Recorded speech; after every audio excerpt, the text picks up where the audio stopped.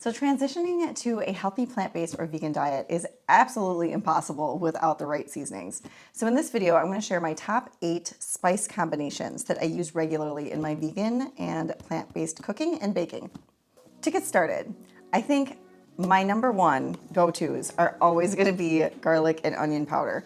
These were organic, and obviously I bought them in bulk, so they were like 20 bucks a piece, but they last forever. And like I said, they go in everything. And just like regular onions and garlic, they just have this bold, wonderful umami flavor that just brings out the flavoring in all of your different plant-based foods. But also black pepper would be another one to go on top of that. But you can put these in anything from your soups and stews to your stir fries, your salads, dips, sauces, as well as popcorn and roasted veggies and potatoes. There are so many different ways to use these because they're super versatile, just like fresh or raw onions and garlic. And these are a great time saver if you don't have time or the energy to chop up and roast some fresh garlic or some fried onions. It's so helpful to just have these on hand. And these work in all cuisines, from Latin American to Indian to French, everything that you want to cook with. You can just feel safe knowing that if you put these in the dish, they're going to enhance the flavor. So my next favorite combination would be curry. And I always use black pepper with curry just to enhance the bioavailability of the turmeric in the curry. So typical curries have things like turmeric and cumin, coriander, and red pepper. But this one also has some cinnamon, which I love, and some garlic, some ginger. It already has a little black pepper. Lots of curries will already have a little black pepper in them. And then some cloves, so it has kind of a fall flavor to it. So I put curry in my soups and stews, my salads, and mostly my stir fries. Any kind of grain dish, I will throw some curry in there and make it a little more flavorful. So this is typically an Indian spice, but it goes well in just about everything. Anything savory, of course. So another great spice combination, I know this is a bunch, but these are the Italian seasonings. You can either buy just a regular pre-made blend of Italian seasonings, or you can make it yourself. And I kind of prefer to do that. It just seems to be a lot more flavorful when you're able to make the combination yourself. And this is super easy because you can just look at the back of what is typically on an Italian seasoning spice, and you can find out, okay, it typically has basil, oregano, rosemary, parsley, marjoram, sage, and that's what I have here. Lots of basil, marjoram, oregano, and so forth, parsley. So you can just experiment with these.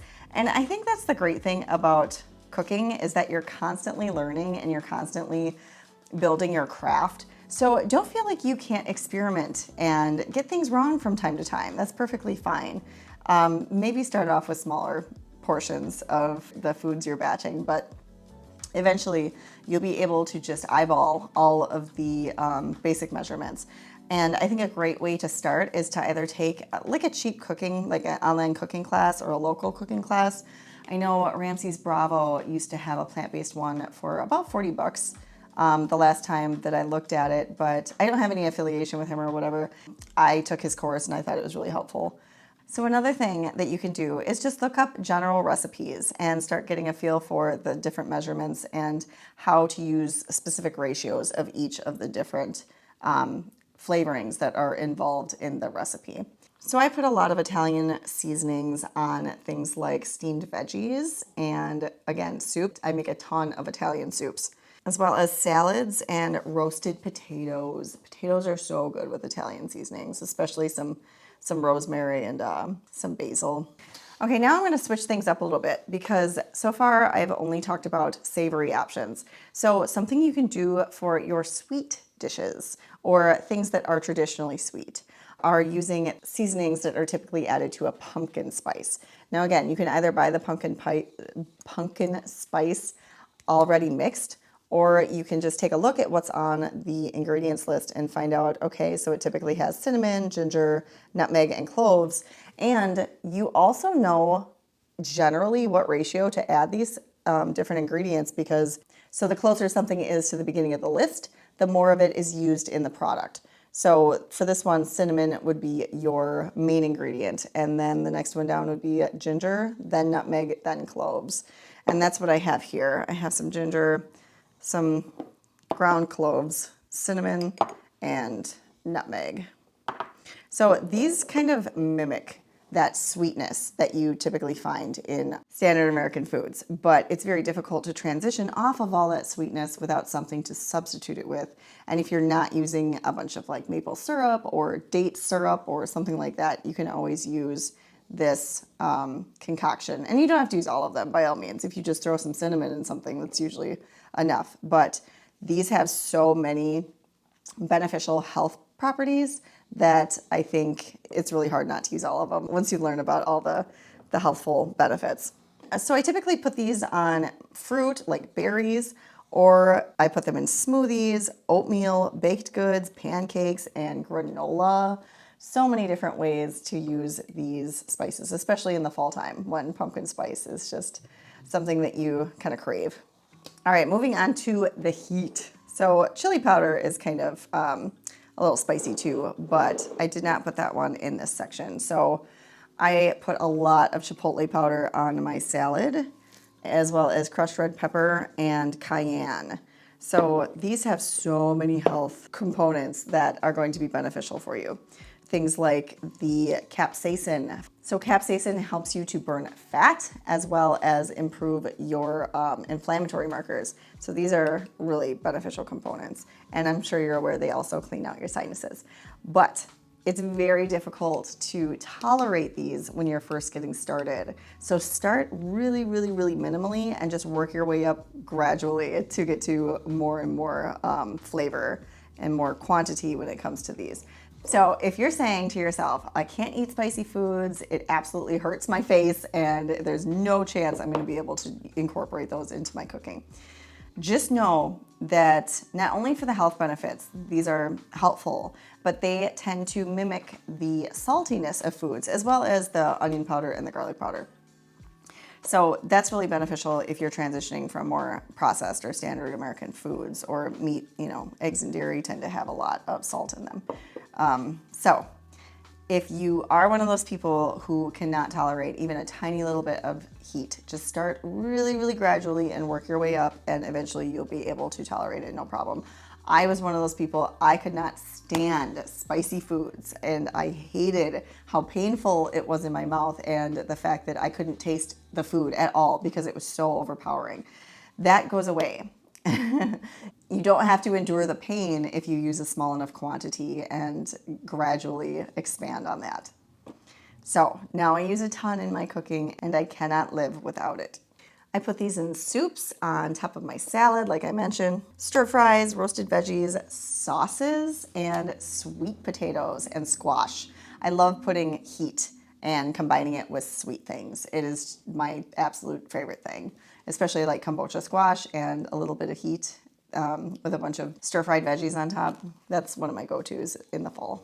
So ginger is my next one, and I just put this one alone because I typically try to include it in all my foods regardless of what I'm seasoning it with, just because it's so healthful. It has microbial properties, antiviral properties, and it's just overall beneficial for the system.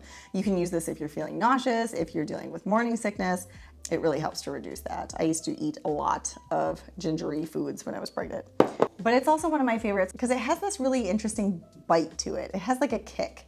Like if you've ever gone to a sushi restaurant and had some raw ginger, like some pickled ginger, it's very unique in its flavoring, and it's typically put in Asian dishes. So lots of stir fries I will make with ginger, as well as just greens. Anytime I'm heating up greens by themselves, I'll add a bunch of ginger and some lemon and some pepper. But I also put this in my salad and on my steamed vegetables. Ginger is just a fantastic seasoning. And again, if you have time to use the real stuff, then that's definitely ideal. But a lot of the time, I don't expend the extra effort and I just use the powder for my convenience. So we have two left. The next one is going to be the chili combination. So that's typically cumin, chili powder, and smoked paprika. A lot of vegan dishes call for smoked paprika, so you want to keep that in your spice cabinet, but also the the cumin. So this is a very Latin American type of flavoring. These are going to be very bold flavors.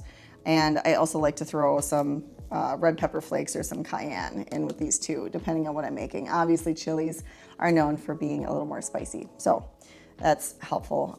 Typically, I just use this combination with the sauces, dips, and soups, but you can use them in a number of different dishes. These are also great in beans and grains. Anytime you're throwing some beans into the Instant Pot or some grains, you can put this spice combination on top and give it an extra flavoring. So making kind of like churro beans are really big down south. I used to work with a client who couldn't stand beans. They were so flavorless until she started putting some cumin, chili powder, and some smoked paprika in there to give them that extra bold flavoring. And last but certainly not least, we have our all-purpose seasonings. These are definitely my go-to when I am in a hurry or just in general because they have so many different spices in them. And you have to be really careful to buy the no salt varieties if you are on a no salt diet. And make sure they don't have added preservatives or sugar or oil in them. They put the weirdest things in food these days.